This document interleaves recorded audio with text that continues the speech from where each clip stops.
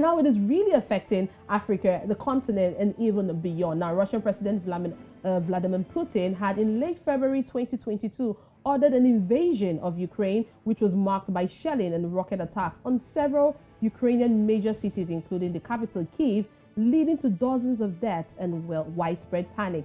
As a result, many countries, including Nigeria, India, and others, had announced the evacuation of their nationals from Ukraine to neighboring countries. Well, according to the information in this report, News Central's Niyi Omoniyi takes a look at the situation with stranded Nigerians at the border amidst the evacuation plans. It's been days since the full-scale invasion of Ukraine, as Russian forces continue shelling in almost all directions. We're so stranded, we've not eaten. With a long history dating back to decades of Nigerians and other Africans studying in Ukraine, particularly medicine, the majority of Nigerian citizens in the country today are university-enrolled students. Begging, pushing, dragging, like... Samuel George, a first-year software engineering Nigerian student, fled Kyiv after the shelling and sirens got too much for him to handle. There was no safe place to stay because everywhere was actually terrible. It could actually eat up, something could actually eat up in a twinkle of an eye close to where you're standing. So you're not certain, you don't know. The students here are left on their own. The students here are left stranded on their own. Everybody, let me tell you, for instance, there are 12 years old students here, there are 13 years old students. I got to know on Friday while I was trying to leave. So imagine all of these people trying to survive for themselves, trying to think of way out. Ukraine borders 7 countries: Poland, Slovakia, Hungary, Romania, Moldova, Russia, and Belarus. Many of which, according to updates by the Nigerian government, are currently in use to accelerate the evacuation of stranded citizens. Once you leave the Ukrainian part of the border, that's where usually you might be there for even 24 hours. But once you cross that Ukrainian border, you get to the Polish part, yeah? But I think it's important to say that from what we know, they are attending first to women and children and all of that. So that might delay the time of staying at the border. But immediately they clear you at that Ukrainian border, they will attend to you. Once they stamp you, they'll put a stamp on your passport with an arrow and the date. Is that correct? Yeah. So there's a bus waiting to take you to the shelter. There is almost everything you need here. There is food, there is water, drinks, you know. The conflict has so far killed more than 200 civilians, with over 100,000 displaced. Close to 12,000 students, other Nigerians amongst other nationals, are still stranded in Ukraine, with fears that the escalating tensions between Russia and Ukraine may resort to the worst war since the beginning of the century. Students and other Nigerians stranded in Ukraine are living in fear. Parents are worried as the Nigerian government remains their only hope of survival. Niyi Omoniyi, News Central. Wow, that's right. That's really an interesting package right there. And it's also interesting to hear from, them that men, women and children will be given priority before, other people. But meanwhile, despite the geographical distance between Africa and Ukraine, there are important ties between them, including more than 8,000 Moroccans and 4,000 Nigerians studying in Ukraine, and over $4 billion in exports from Ukraine to Africa. Although some African countries may benefit from a shift in global markets due to the crisis, the short-term potential impact on economic livelihoods are worrying, while the implications for Pan-African solidarity is uncertain. We're now joined live from News Central's research desk. We have Babatunde Oguntimehin to discuss what this invasion means for Africa. Many thanks for joining, Babatunde. But can you enlighten us a little bit, because it may seem Ukraine is far off, but what does this mean for the African continent, talking about the implication of the war? Thank you very much. Good morning for having me here. It's a pleasure to be here. The world as we have it today is a global village, so they say. So it is very understandable when whatever happens in Ukraine affects every part of the world, and Africa has not been left out in all of this. And just like we heard just now, more than 15,000 African students are studying in Ukraine.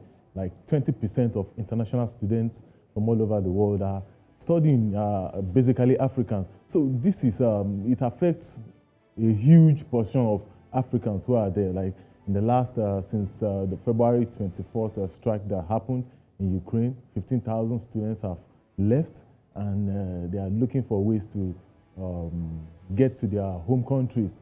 The war has definitely affected 15,000, has disrupted their studies and their lives.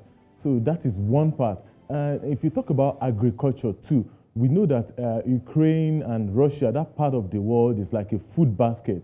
In fact, research says the 30% of exports, grain exports worldwide, come from that axis. Africa in just 2020 alone dealt with Ukraine and Russia to the tune of over $7 billion in grains. And we know this, this is huge. Now that there's war in that axis, this will affect Africa so much. And we know that Africa has had its own history of all these challenges, especially we are just recovering from COVID-19. And some parts of Horn of Africa, we heard too, have been having some challenges with rainfall. So drought is there, and this is definitely going to affect Africa. So that is agriculture too. And then you can look at so many other things, like for example, in mineral resources, we know that in the last few days, the price of crude has risen beyond over $100 per barrel. And this as a result of some of the happenings in that part of the world. Nigeria just yesterday said the fuel scarcity it is having, that has been biting very hard for almost 21 days now, might be prolonged due to scarcity of fuel resulting from insecurity attached to some of these vessels coming from Russia, passing through the Mediterranean. So either ways you want to see it, this war is definitely affecting Africans. All right. Now that's really interesting. Babatunde, despite the effect you've clearly addressed, some believe this war could open up a long-term trade and growth opportunities for Africa. What do you make of this? Yes, that's very true. For a forward-thinking Africa, this could be a game changer for us. For example, in the last few days, Tanzania has been thinking about oil exploration. Senegal too has been thinking about oil exploration. In fact, Algeria says it could even become one of the major gas suppliers of Europe. So if Africa now starts looking inwards, maybe this might be a time for us to be self-sustaining. We can start looking at how we're going to start producing our food so that we reduce some of these self-reliance on other places. And there's this metal too called palladium, which Russia happens to be the greatest producer in the whole world. With the sanctions coming up now, South Africa, which is the second in the world, can just rise. This might be the opportunity for it to outshine and sell some of these things and become the world's place to go. So there are good things for Africa. One other thing is the international relations between Africa and the East. In past times, we know that Africa has always been the darling of the West, but in the last few years, we've seen China and Russia making incursions into Africa. So it is what the question now is, how will Africa balance the relationship between these world powers? We will be waiting to see how this plays out. We will be waiting to see how it plays out, Babatunde. But looking at Russia itself, a lot of sanctions has been placed in the country. Economic sanctions have been placed. Sporting sanctions have been placed. As we speak, some of the major big banks in Russia cannot use the SWIFT application. Right now, people are wondering, I mean, looking at the situation, can the financial muscle outplay the military might as it is in Russia? That's a very big one. That's a very big one. Just yesterday, we understood that the Russian stock exchange didn't open. That's a very big slap on the Russian economy. And we know that the Russian ruble too has reduced almost by 30% in the last few days. So this is a very big one. Most times, the real war doesn't happen in the war front.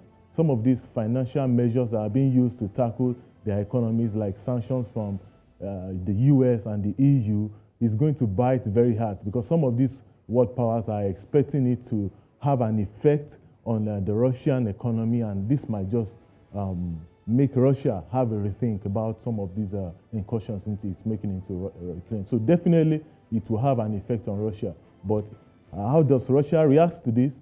We'll see. We'll continue to monitor the situation in Russia and Ukraine. But thank you so much, New Central Research Desk Babatunde Oguntimehin, for coming on the program. Thank you very much for having me.